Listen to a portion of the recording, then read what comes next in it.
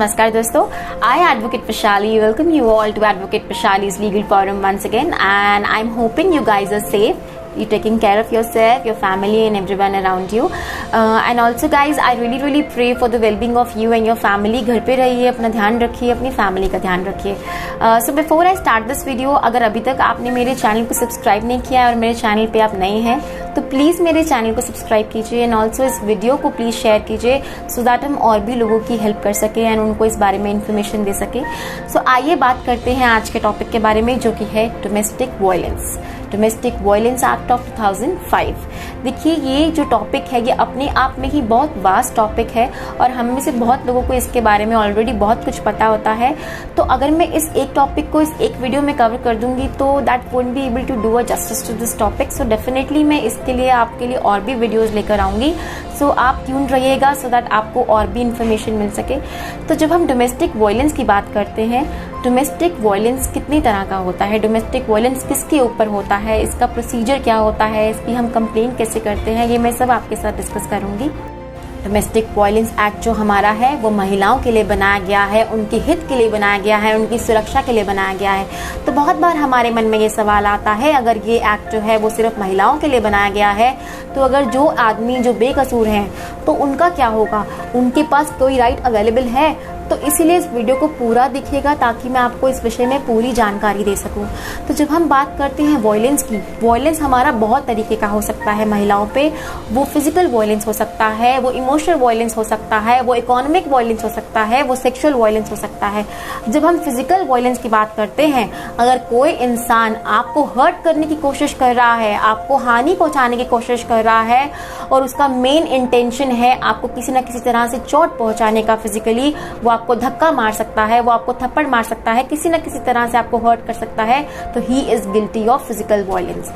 जब हम emotional violence की बात करते हैं तो अगर कोई इंसान आपको ताने मार रहा है, आप एक पत्नी हो सकती हैं, एक माँ हो सकती हैं, एक बहन हो सकती हैं, अगर कोई आपको कह रहा है कि तुम्हें ये काम नहीं आता, तुम्हें ये करना नहीं आता, तुम अपने मायके से क्या लेकर आई हो, अगर आप एक पत्नी हैं, वो आपको कह रहा है तुम काली हो, तुम मोटी हो, आपके कैरेक्टर के ऊपर बातें कर रहा है, तो he is guilty of emotional violence.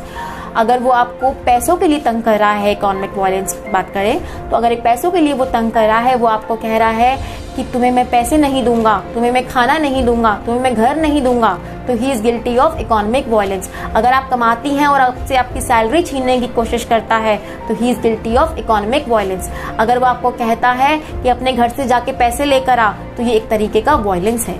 जब हम सेक्सुअल वायलेंस की बात करते हैं तो अगर कोई इंसान आपसे आपकी मर्जी के खिलाफ जाके आपसे सेक्सुअल रिलेशनशिप बनाना चाह रहा है, किसी न तरह से आपको गंदी वीडियोस दिखाता है, तो ये एक तरह का सेक्सुअल वायलेंस है.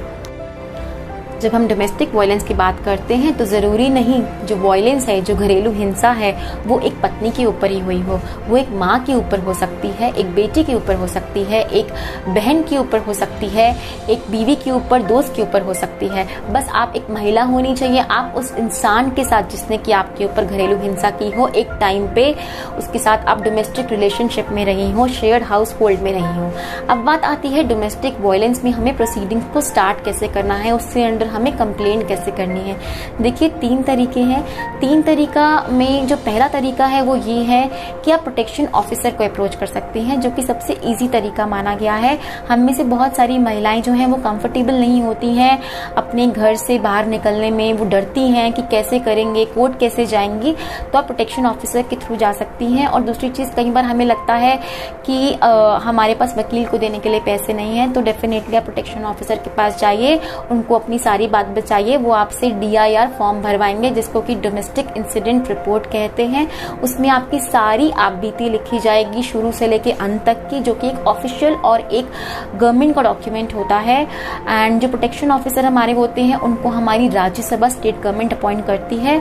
तो जब वो आपका सारा ब्यौरा सुन लेते हैं, वो एक कंप्लेंट खुद के बिहाफ पे अटैच करके आपके DIR फॉर्म के साथ कोर्ट में फाइल करते हैं, जिससे कि आपकी प्रोसीडिंग्स चलती हैं.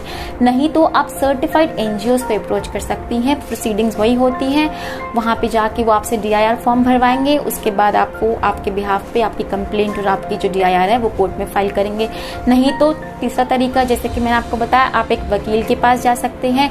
Section 12 of domestic violence act के अंदर आप अपनी कंप्लेंट फाइल कर सकते हैं। तो ये तीनों ही तरीके आपके पास अवेलेबल रहते हैं।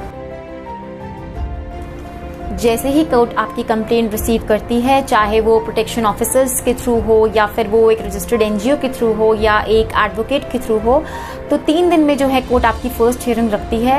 एंड इस टोटल केस में डिसाइड होने में डोमेस्टिक वायलेंस को जो टाइम लगता है वो 60 डेज का होता है as per the act. But आप भी जानते हैं कि पैंडमिक टाइम है, कोरोना वायरस का टाइम है एंड बहुत पेंडेंसी हो चुकी है ऑलरेडी केसेस की, क्योंकि कोर्ट्स काफ़ी टाइम से बंद भी हैं, तो थोड़ा सा टाइम लग सकता है। बट डेफिनेटली अगर आपने वायलेंस सहा है और अगर आपके ऊपर हिंसा हुई है, घरेलू हिंसा हुई है, तो आपके हित में ऑर्डर्स आएंगे। और जो ऑर्डर्स हैं वो बहुत तरीके के हो सकते हैं। रिलीफ ऑर्डर्स जिनकी मैं बात करती हूँ वो चाइल्ड कस्टडी के ऑर्डर्स हो सकते हैं, इंटरिम मेंटेनेंस के ऑर्डर हो सकते हैं, वो रेजिडेंस के ऑर्डर्स हो सकते हैं, स्टे के ऑर्डर्स हो सकते हैं।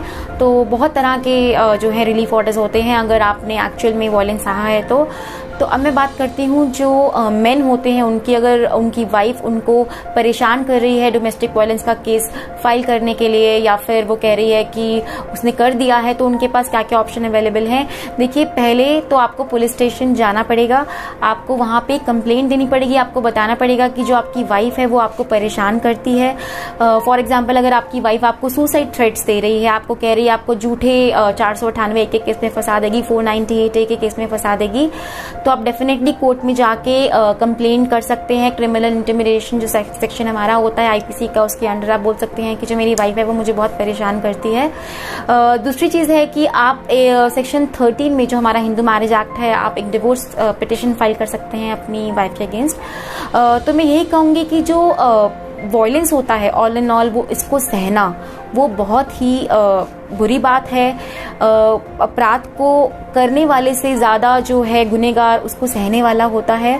तो अगर आपके ऊपर वायलेंस हो रहा है, आपके ऊपर ज़्यादती हो रही है, तो ज़रूर अपनी आवाज़ उठाइए और आप घर पे मत बैठे रहिए, उसको सहिए मत, क्योंकि आप अगर सहेंगी या सहेंगे तो उसको और बढ़ाएंगे। And thank you so much for watching this video. आप प्लीज़ कॉमेंट्स में बताइएगा कि आपको ये वीडियो कैसी लगी, और कोई आपके क्वेश्चंस हैं, कोई क्वेरीज हैं, तो प्लीज़ कमेंट करके मुझे बताइएगा। Thank you so much guys for watching. मुझे बहुत अच्छा लगा आप सबका इंटरेस्ट देखकर, and I request you all कि आप इसी तरह मेरे वीडियोस को देखते रहिए। और इन्फॉर्मेशन के लिए अगर आप चाहते हैं कि किसी ज़रूरतमंद की हेल्प हो जाए, तो प्लीज़ इस वीडियो को लाइक कीजिए और ज़्यादा से ज़्यादा शेयर कीजिए। अगले वेडनेसडे फिर मिलते हैं। Till then, good bye.